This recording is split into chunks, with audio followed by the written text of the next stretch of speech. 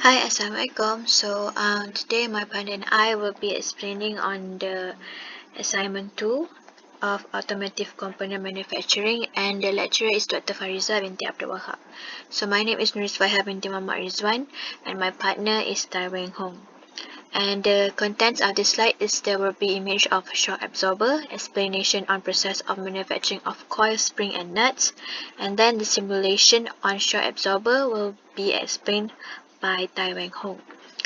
So firstly is the image that I found on internet. So this is the shock absorber, and the image of 1.2 is parts in shock absorber.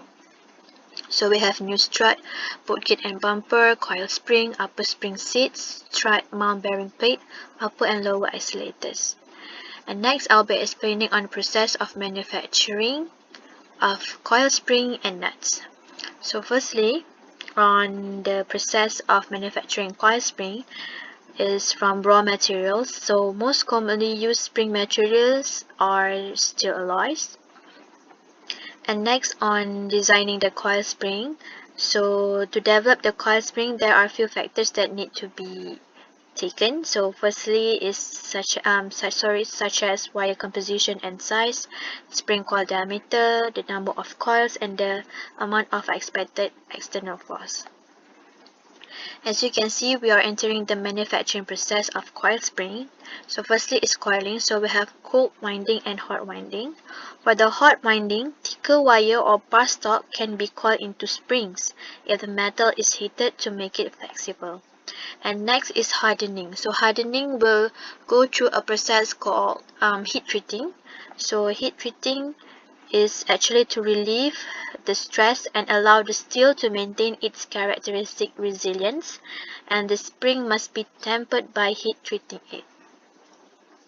And lastly is the finishing. We have grinding, and next is short pinning. Short pinning is actually the process to strengthen the steel to resist metal fatigue and cracking during its lifetime or repeated flexings. And next is setting. So setting is to permanently fix the desired length and pitch of the spring, and it is fully compressed so that all the coils touch each other. And next is coating. Coating is actually to prevent corrosion, and the entire surface of the spring is protected by painting it, dipping it in liquid rubber, or plating it with another metal such as zinc or chromium. And lastly is the packaging. And then we will be proceed on process of manufacturing galvanized nuts. So firstly, we have a steel wire rod, a long steel wire rod, which will be straightening and cut into pieces. So, and then the pieces will heat until 1200 Celsius in induction heater, and then for the heat making, there will be using hydraulic hammer, and then we'll be proceed on drilling, which will be used drilling machine and lubricant oil, and next threading using threading machine, and then heating for 1 hour with 370 Celsius, and then rapid cooling on in oil chamber, and then a finish. So next on simulation, I will be passed to Tai Weng Hong to explain the simulation on shock absorber. Thank you. A very good morning to Dr. Fariza. My name is Tai Weng Hong. Today I would like to introduce the stimulation test. Firstly, I create a new study, namely force test. After that, I setting the properties. I set the solver. I click on the automatic solver selection and use soft spring to stabilize model. Next, I apply the material to all the part of the assembly. That's alloy steel. Next, I create the spring connector and apply the face on the nut part and the base part. Then I setting the normal the stiffness is about 225.7 in unit and m per power of 2. Next, I setting the fixture and set the face on the top part, the part of the top of the hole here. Then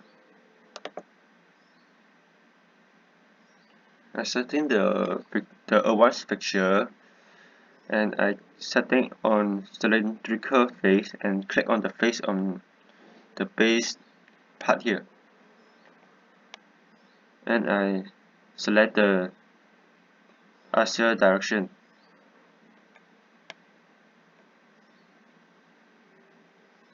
Next, I apply the force and select the face on the base part here, on the hole here. Then I setting the top plane here for the normal to the plane here. Next, I apply the force 3 Newton normal to the plane and select reverse direction. And after that I create the mesh. After I create the mesh, then this is my result. For the stress,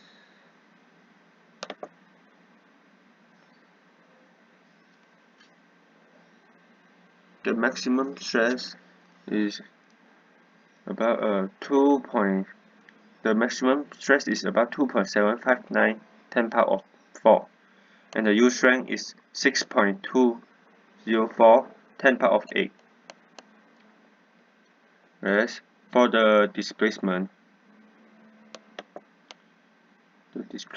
the maximum displacement is about 2.316 10 power of negative 6. Then for the minimum strain, the value is 1 times 10 power of negative 0.3. That's 10 power of negative 0.3. Then for the strain,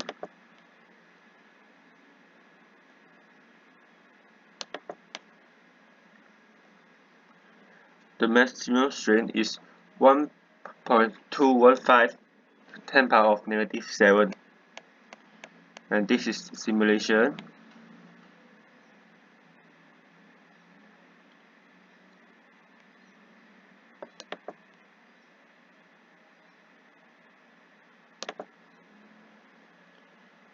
And this is the stimulation for stress. That's all for me. Thank you.